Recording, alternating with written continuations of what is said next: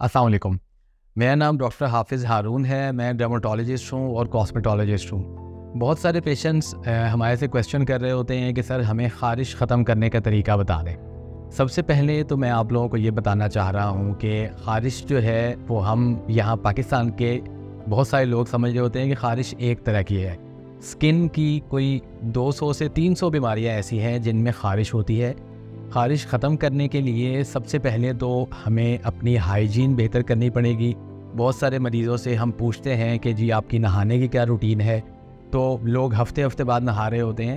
तो कोशिश ये करनी चाहिए किसी को भी अगर किसी किस्म की भी ख़ारिश है, सबसे पहले आप किसी स्किन स्पेशलिस्ट को, डर्मेटोलॉजिस्ट को, अपने डॉक्टर को जाके दिखाएँ, ताकि पता चले कि ख़ारिश की रीज़न क्या है, ख़ारिश क्यों हो रही है, किस वजह से हो रही है। उसमें भी ये करना होता है कि अगर आप डॉक्टर के पास जाने में किसी वजह से डिले कर रहे हैं, आप लेट हो रहे हैं या आप अपने किसी काम में मसरूफ़ हैं, तो सबसे पहले ये करें कि रोज़ाना की बुनियाद पे नहाना शुरू करें। रोज़ाना शॉवर लेना, अपना टॉवल अलग रखना, अपने कपड़ों को दोनों साइडों से इस्त्री करना, प्रेस करना, और जो आपके बेडिंग आइटम्स हैं, जो आपके बिस्तर में चीज़ें हैं सारी, उन चीज़ों को धूप लगवाना। ये 3-4 मेन ऐसे काम है कि जिसको जिस तरह की भी ख़ारिश है, अगर ये करना शुरू कर देंगे तो उसमें कुछ इम्प्रूवमेंट आना शुरू हो जाएगी। और अगर मैं आपको कुछ एग्जांपल्स दूँ जिन बीमारियों में ख़ारिश होती है, तो एक बहुत ही कॉमन बीमारी है जिसको हम एटॉपिक डर्मेटाइटिस कहते हैं। ज़्यादातर ये बीमारी बच्चों में देखी जाती है। इसमें क्या होता है कि कुछ बच्चों की जिल्द पे बहुत ज़्यादा खुश्की आना शुरू हो जाती है।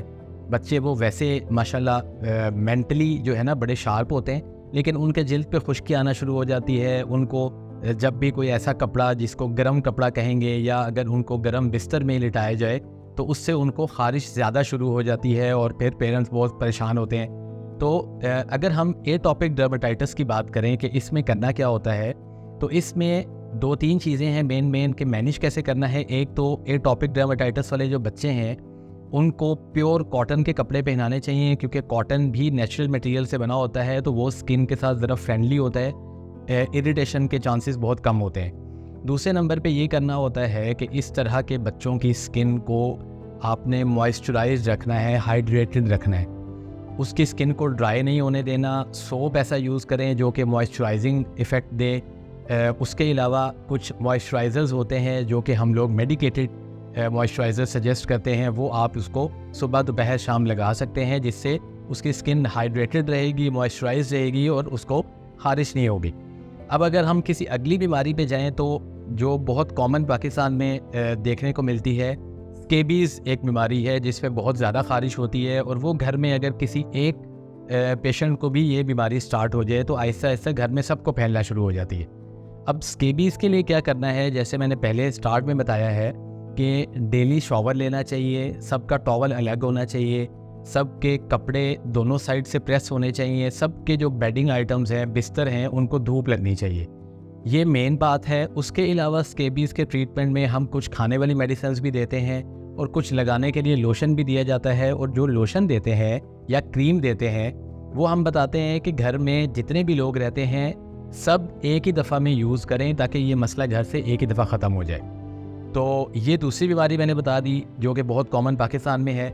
उसके अलावा अगर हम लास्ट और एक ऐसी बीमारी की बात करें जिसमें बहुत ज़्यादा ख़ारिश होती है, फंगल इन्फेक्शंस हैं, जिसको आम उर्दू में या पंजाबी में धदरी कहा जाता है। फंगल इन्फेक्शन क्या होता है, ये ऐसी बीमारी है जो स्किन पे अगर ज़्यादा मॉइस्चर रहे या स्किन ज़्यादा गीली रहे, तो वहाँ पे ये काम शुरू हो जाता है। अब स्किन गीली कैसे हो सकती है? पानी के साथ भी गीली रह सकती है और पसीने के साथ भी गीली रह सकती है। और इसमें ज़्यादातर जो एरियाज़ इन्वॉल्व होते हैं उनको हम कहते हैं इंटरट्रिजिनस एरियाज़, मतलब जो फ्लेक्सर एरियाज़ हैं, जिस तरह ये अंडर आर्म्स वाला एरिया है या ग्रॉइन वाला एरिया है, जहाँ पे स्किन के फोल्ड्स बनते हैं। अगर आपको मैं ईजी वर्ड्स में समझाने की कोशिश करूँ, तो इसमें ये करना होता है कि आपने जब भी वो वाली जगह आपकी वेट हुई है, गीली हुई है, पानी से हुई है या पसीने से हुई है, तो आपने उस जगह को किसी साफ़ टॉवल से या कपड़े से, जो कि आपका अलग होना चाहिए, उससे आपने उस जगह को ड्राई करना है।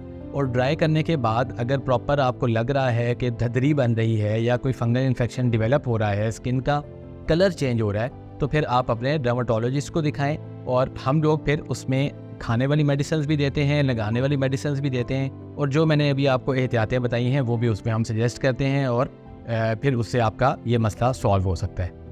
तो ये मैंने कुछ कोशिश की है कि आपको मेन 2-3 बीमारियों का बता दूं। इसके अलावा भी बहुत सारी ऐसी बीमारियां हैं जिनमें ख़ारिश होती है। बस आपने कोशिश ये करनी है कि अपने डर्मेटोलॉजिस्ट को दिखाएं, अपनी हाइजीन का ख्याल रखें और डायग्नोज करवा के उसका प्रॉपर इलाज करवाएं। ऐसे ही किसी से पूछ के, किसी अपने रिश्तेदार या सियाने से पूछ के कोई दवाई ना इस्तेमाल करें। बहुत शुक्रिया।